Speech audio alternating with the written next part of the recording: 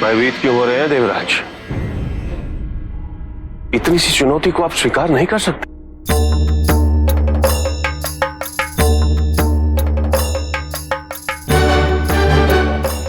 प्रयत्न तो कीजिए। मूर्ख, ऐसी तुच्छ चुनौतियां देवराज के लिए नहीं है। मुझे दो, मैं इसे फूंक से उड़ाता हूं।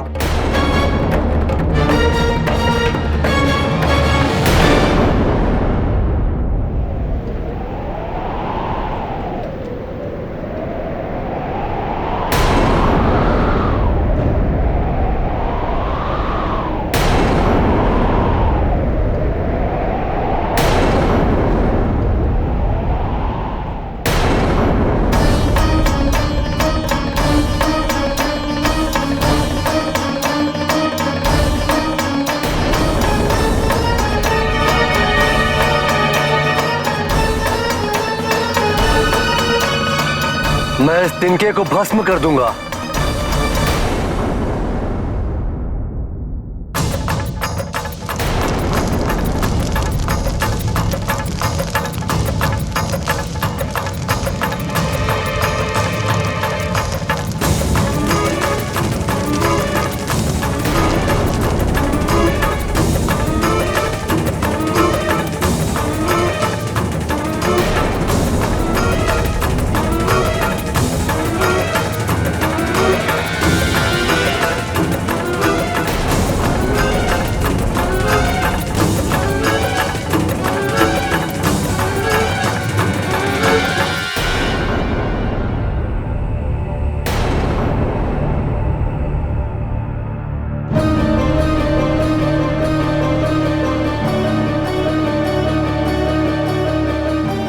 कौन हो तुम? वो एकमात्र शक्ति जिनके तेज से समस्त संसार प्रकाशमान है।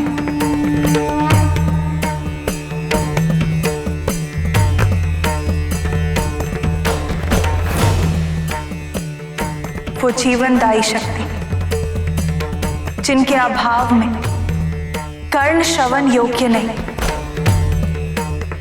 जिह्वा वाणी योग्य नहीं और मन विचार योग्य नहीं।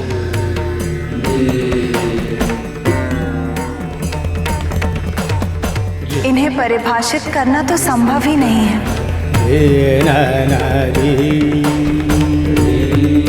इस संसार के सभी तत्वों को इनसे पृथक कर उन्हें परिभाषित करना असंभव होगा।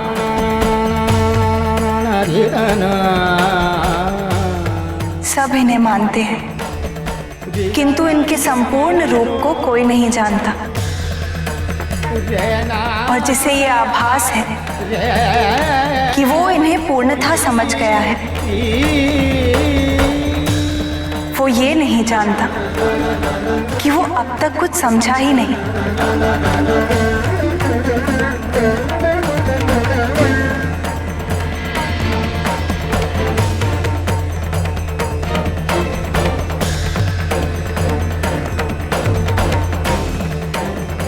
इनके अभाव में सब कुछ शव के समान है।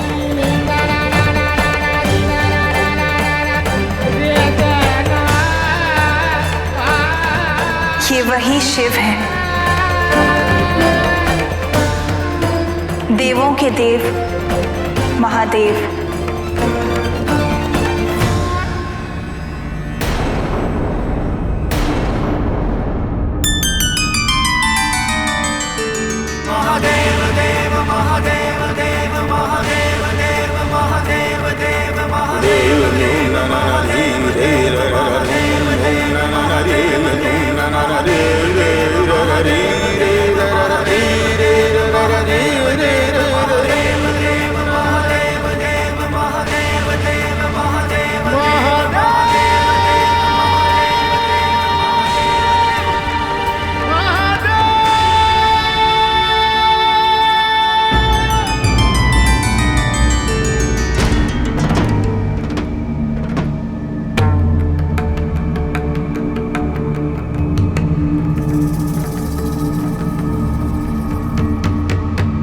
विजय और पराजय सात्विकता और असात्विकता की देन। अभिमान सात्विकता का शत्रु है। जो अभिमानी है वो कभी भी दिव्य शक्तियों से विभूषित नहीं रह सकता। अमृत को प्राप्त करते ही आपने अपने हित से पहले असुरों का हित सोचा। अमृत का उपयोग करने से पूर्व आपने उसका दुरुपयोग सोचा। अपनी जय से पूर्व आप इनके पराजय का आनंद मनाने लगे। जिस मंथन से आपको इस अमृत की प्राप्ति हुई है उसमें असुरों का भी योगदान बराबर का है।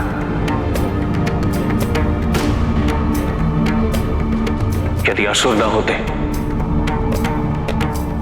तो समस्त देवताओं में क्षीर सागर का मंथन कर अमृत को प्राप्त करने का सामर्थ्य नहीं था।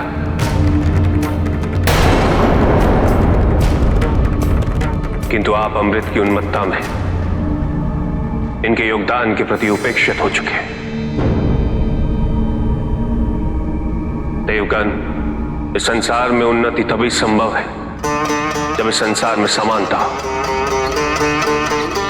बराबरी। यदि कोई सर्वशक्तिशाली ही नहीं रहेगा तो कोई निर्बल नहीं होगा। यदि कोई बड़ा नहीं होगा तो कोई छोटा ही नहीं रह पाएगा। शक्ति के इस संतुलन को संतुलित रखना अनिवार्य है। जिस प्रकार आप सबने अमृत की प्राप्ति कर ली, उसी प्रकार मैं असुरों के हित के लिए शुक्राचार्य को पुनः संजीवनी विद्या प्रदान कर रहा।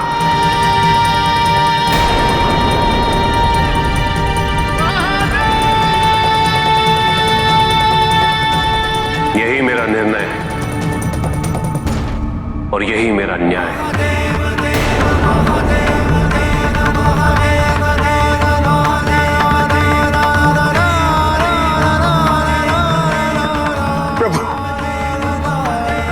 इस न्याय के प्रति असुर सदैव सदैव आपके कृतज्ञ रहेंगे।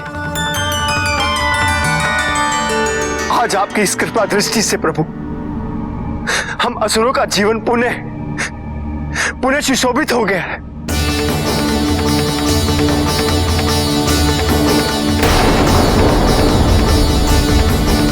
हम निर्धन आपको क्या दें? हमारा ये अभिवादन स्वीकार करके हम पर एक और उपकार कर दीजिए।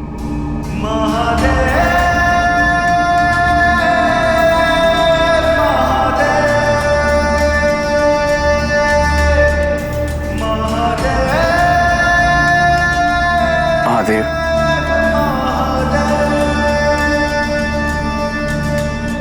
हमें भी क्षमा कर दीजिए। हमसे बहुत बड़ी भूल हुई है।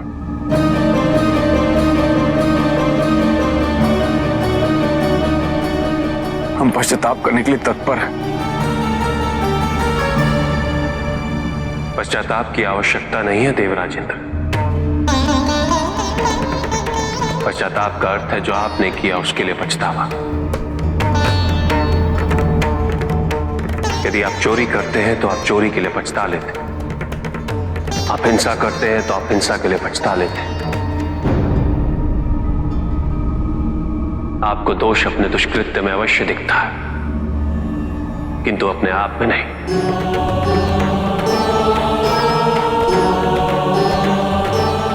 क्योंकि दोष आप अपने से बाहर ढूंढते हैं, उसके कारण अपने से पृथक करके देखना चाहते हैं।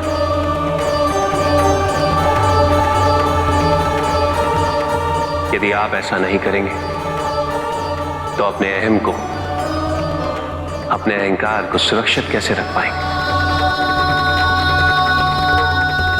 और इसके लिए सबसे सरल माध्यम बन जाता है पश्चाताप।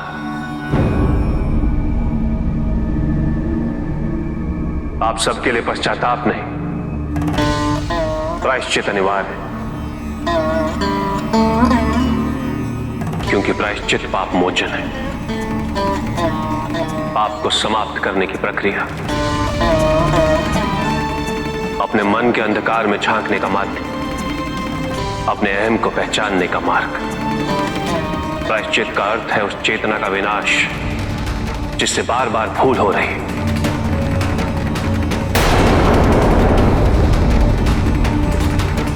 यदि आप सबको अपनी भूल का बोध है तो उससे उभरने का एकमात्र उपाय प्रायश्चित ही है, अन्यथा आप कुछ समय पछता लेंगे और पुनः वही करेंगे जो आप करते आए हैं, और ये चक्र निरंतर चलता रहेगा और आपके अस्तित्व के विनाश का कारण बनता रहेगा।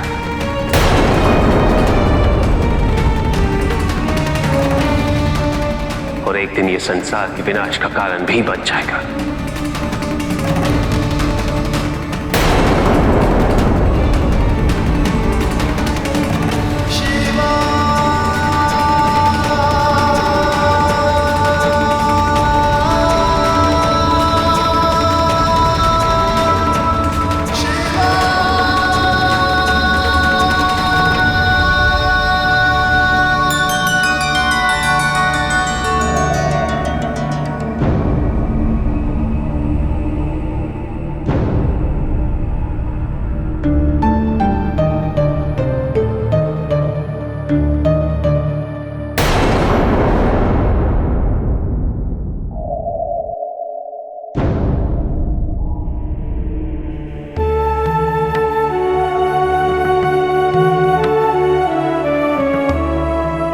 नंदी, क्या हुआ इन्हें? ये इतनी उदास क्यों बैठी है? महादेव और माता की व्यस्तता के कारण। क्यों ना हम लोग कुछ ऐसा करें जिससे इनका मन बहल सके। हाँ, वही तो मैं सोच रहा हूं कि क्या करूं, क्या करूं।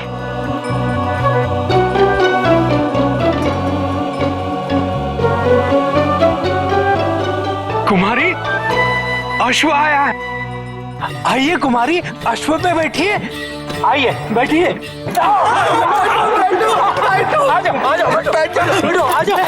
अरे आप लोग भी कुछ कीजिए।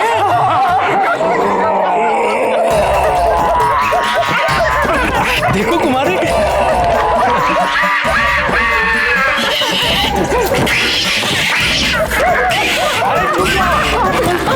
अब हम दूसरा खेल खेलेंगे। कुमारी, आप छुप जाइए, हम सब आपको ढूंढेंगे। ढूंढेंगे ना?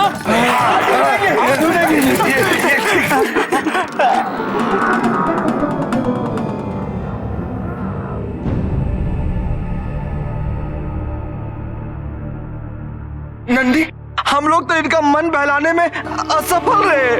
अब तो केवल महादेव और माता ही कुछ कर सकते हैं।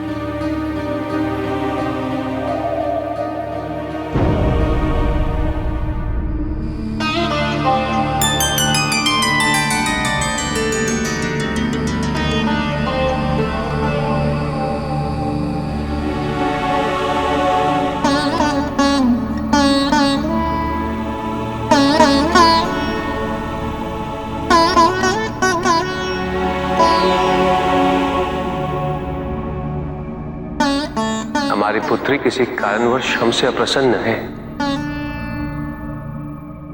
ना पुत्री? हाँ।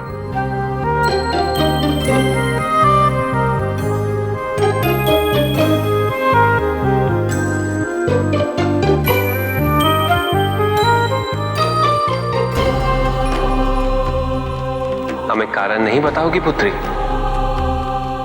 ना, आप तो सर्वज्ञ है ना, आपको पता होना चाहिए। और कारण केवल आप ही नहीं, माँ भी है। हम भी? किंतु हमसे क्या भूल हुई है पुत्री? पिताजी हमेशा हमको छोड़ के चले जाते।